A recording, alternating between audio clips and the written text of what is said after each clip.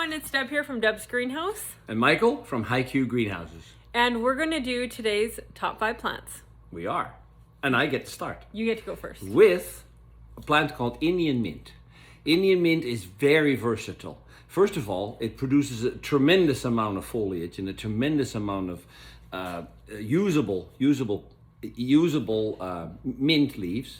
And it mixes extremely well with other things. Like you could have strawberries in the top and mint coming over the side.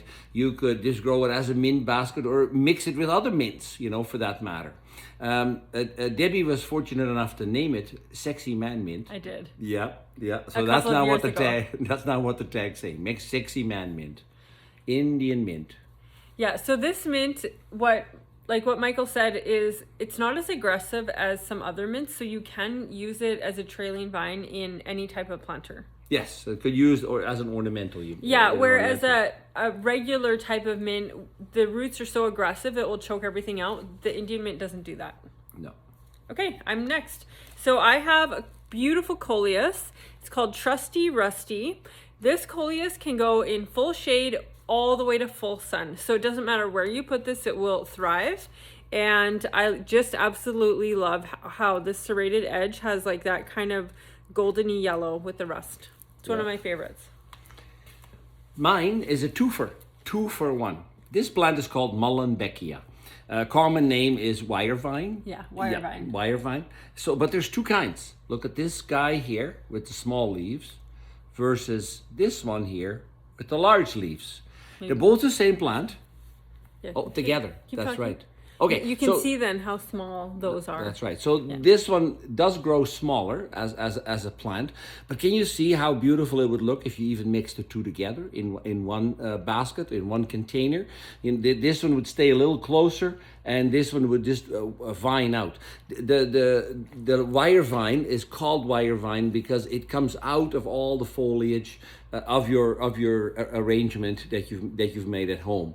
So mullenbeckia, very versatile. It's shadier. Shadier. That's right. You have it in your shade mix. We do. Yeah, we have the large leafed one in our specialty shade mix. Yeah, but it can be used because other foliage protects it. It can be used in a basket with a bit more sun, and the branches just poke out everywhere. Yeah, it's really nice. Yeah. I'll do this one? Sure. Or do you want to do this one? No, you do that one. I can do this one? Yeah. Okay. This is new. This is new. Well, it's new for us. New for us. I don't know if it's no, brand it's new. new. It's Is new. it brand new? Yes. It's brand new for 2023. Ooh. New for 2023. Okay, so this is called Spicy Electric White Biddens, and it looks like someone cracked an egg on a flower. It's really pretty. I'm typically not a fan of biddens, but I couldn't pass up this foliage, this flolar. Biddens often takes over and makes a very large planter. It makes a very large plant. But they finally found a biddens that stays compact and yet still gives you that flower power all season. And biddens does well even in cooler climates, cold nights, well into the fall. Your biddens will thrive and bloom all year. Yeah, I love that flower. It's different.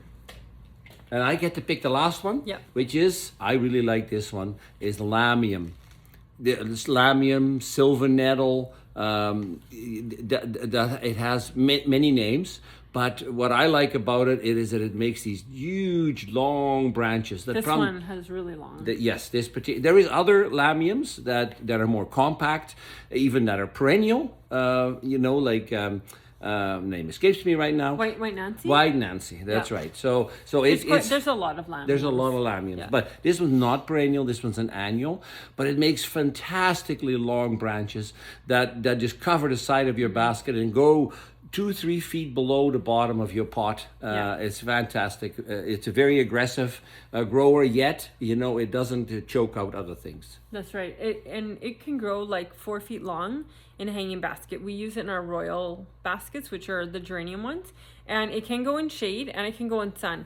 In the sun, in the heat of the day, it'll look a little bit wilted even if it's wet, perks up as soon as it cools off. Yeah. So, but it doesn't get crispy. Some plants get crispy in the sun. This one just pouts a little bit. Yes. Yeah. Well, that's today's top 5. Thanks for watching. Have a great day. Bye.